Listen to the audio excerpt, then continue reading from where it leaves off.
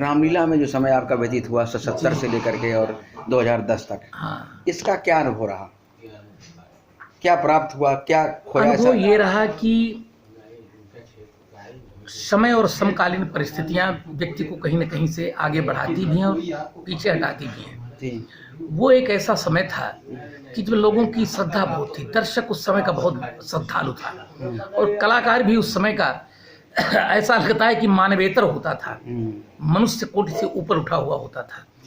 सैकड़ों व्यक्तियों के बीच में वो कलाकार कहीं न कहीं दिखता था कि ये कुछ न कुछ विशेष व्यक्ति होगा।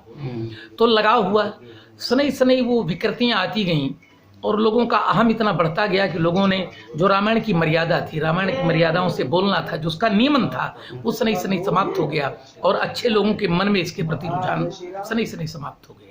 ये आपके देखते देखते हुआ? जी हाँ, हमारे देखते देखते हुआ। ये कब से लगभग? एक समय वो भी देखा जब भगवान सरकारों के पैर छूने के लिए लोग दूर से बैठे रहते थे कि सरकार हमारे पास से निकलेंगे तो हम पैर छू लेंगे।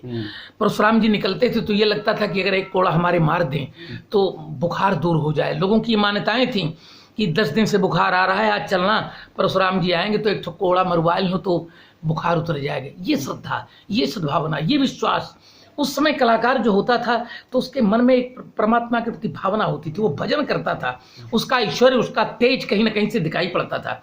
सनई सनई सब कुछ व्यवसाय के रूप में परिवर्तित हो गया, किसी का न कोई भजन रह गया, न कुछ रह गया, अन्य अन्य प्रकार की विकृतियां आई और व्यक्ति तो समाज तो खैर बिगड़ा ही, लेकिन कलाकार भी कहीं ना कहीं से उस कोटि तक पहुंच गया जैसे दुर्व्यसनों के बीच में स्वयं पलित हो गया, जिससे लोगों की श्रद्धा का हनन हो गया। अब मात्र लीलाएं एक इसके रूप में हो रही कि हमारे पूर्वज कराते थे इसलिए हम करा रहे हैं, उस पर कोई श्रद्धा का भाव नहीं, श्रद्धा नहीं। क्या ये केवल यही कारण है रामलीला के ह्रास का? रामलीला के ह्रास के खैर ये तो विशेष कारण है ही, लेकिन कई एक कारण अगर ढूंढे जाए तो कई एक कारण हैं। जैसे नपुंसक लोगों का प्रवेश, जो जिनको वर्तमान में जिनको हमारे शास्त्र ने बड़ा वर्जित किया, जिनको ज्ञान है नहीं, और रामायण की मर्यादाओं का विनाश करना, जो फूहड़ गीत गाने, तो ये सनई सनई ह्रास होता गया। कहीं ना कहीं इस तरह में परिवर्तन आया। तो जैसे ये रामलीला है या इस तरह की जो चीजें हैं, ये समाज में परिवर्तन लाने के लिए होती है, सकारात्मक परिवर्तन लाने के लिए होते हैं, लेकिन समाज ने ही इसको बदल दिया। ये विपरीत कैसे हो गया? असल में समस्या इस बात की आई कि व्यक्ति का चरित्र ही सर्वोपरि होता है। अगर चरित्रवान व्यक्ति बैठा है तो जैसे आग के पास कोई जाए, बिना मन से भी जाएगा तो आग की आंच उसको लगेगी। तो जब आग में आंच रही नहीं गई, ताप रही नहीं गया, उष्णोदाति चांगारा सीता कृष्णायते कर्म, तो जब राख के बीच में कोई जाएगा, राख के पास जाएगा, तब तो उसका कोई अर्थ नहीं होगा। वो तो आग की तरह जलता रहे तब उसका प्रभाव पड़ता था, तब उसका ओझ पड़ता था, उसकी वाणी को लोग सहन करते थे, स्वीकार करते थे। ऐसे गुरु परंपरा से होते थे। तो आग रह नहीं गई, बुझी हुई राख की तरह है सब, कोई मूल्य नहीं है, अपना लीला करो, चलते रहो। मतलब कहीं ना कहीं जो अर्थ युग का जो प्रधानता धीरे धीरे हो रही है, उसने सबको प्रभावित किया, तो रामलीला को भी प्रभावित किया। सारे मूल में कहीं ना कहीं वो चीज आई, अर्थ की प्रधानता है, जो पैसा अच्छा लेता वही अच्छा कलाकार है, बस वही, जो ज्यादा पैसा खर्च करती कमेटी वो अच्छी कमेटी है, ये भावना आ गई। श्रद्धा का कहीं ना कहीं वो क्या इसका आपको लगता है भविष्य में कहीं पुनः वो चीज आने वाली है?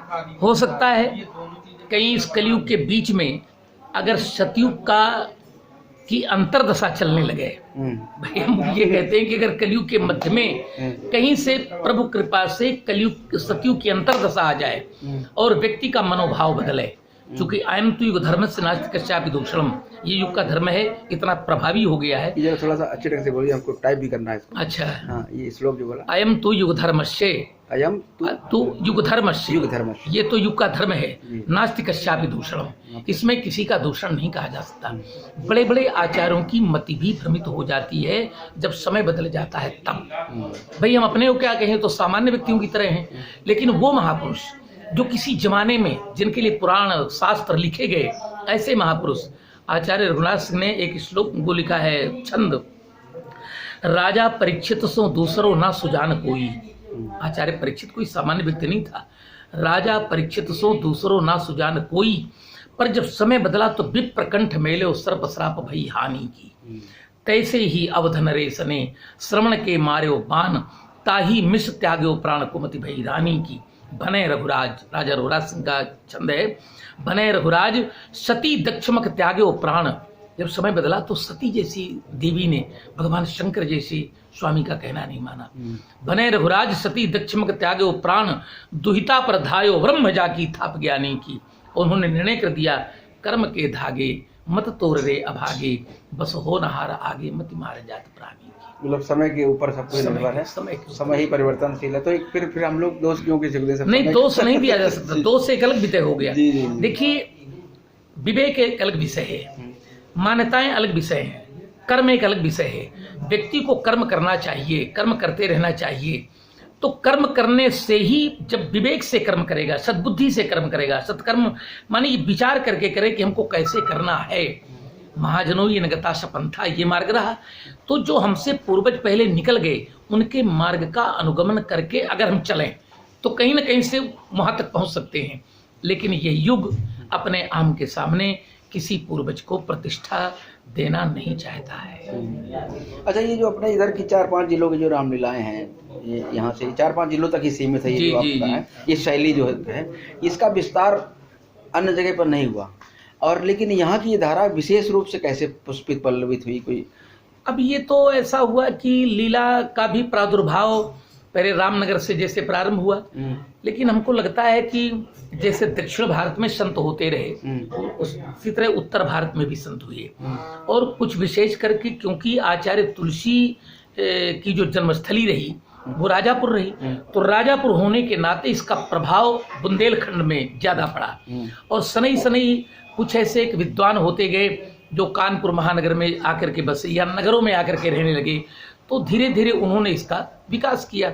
और विकास तो स्वयं में एक अपनी कला है कि भाई वो विकास तो होता ही है, होना भी चाहिए। तो अन्य विद्वानों ने अपनी अपनी समझ से, लेकिन उन्होंने धारा नहीं छोड़ी, उन्होंने शास्त्र को का मूल लेकर के चलते रहे, इसलिए बात बिगड़ी नहीं। और सबसे बड़ी बात कि उस समय वो आचारवान होते थे, आचारों परमो धर्मा का नियमन करते थे। क्योंकि हमारा दर्शन कहता है व्यक्ति में बल है तो केवल आचरण का। व्यक्ति रामलीला से इतना जुड़ाव जो रहा आपका, हो सकता है कि भागवत करने लगते या अन्य कोई क्षेत्र में जाते, उस तरह आपके पर्सनल व्यक्तिगत जीवन में क्या परिवर्तन आपने महसूस किया कि ये चीजें अगर हमारे अंदर हैं तो इसलिए? व्यक्तिगत जीवन में परिवर्तन ये हुआ कि बोल चाल उठना बैठना, हमको कहीं ना कहीं से लगता था कि हम हैं, परशुराम हैं, बोलचाल भी हमारा, उठना बैठना भी उसी तरह और क्रियाएं भी उसी तरह। क्योंकि जैसे व्यायाम करना है और भोजन भी हमको उस समय जो उचित हो उसके अनुरूप वो चाहिए था, तो वो सब वो अनुरूप ही होता रहा। अच्छा, लोगों की दृष्टि में वो चूंकि धरातल बहुत ऊंचा रहा तो ये लगता रहा कि हमारा चरित्र, हमारा स्वभाव, हमारा शरीर का सुसौष्ठव इनको अच्छा लगता है, इसलिए हम उस बढ़ते गए, शरीर की तरफ बनाने का प्रयास किया।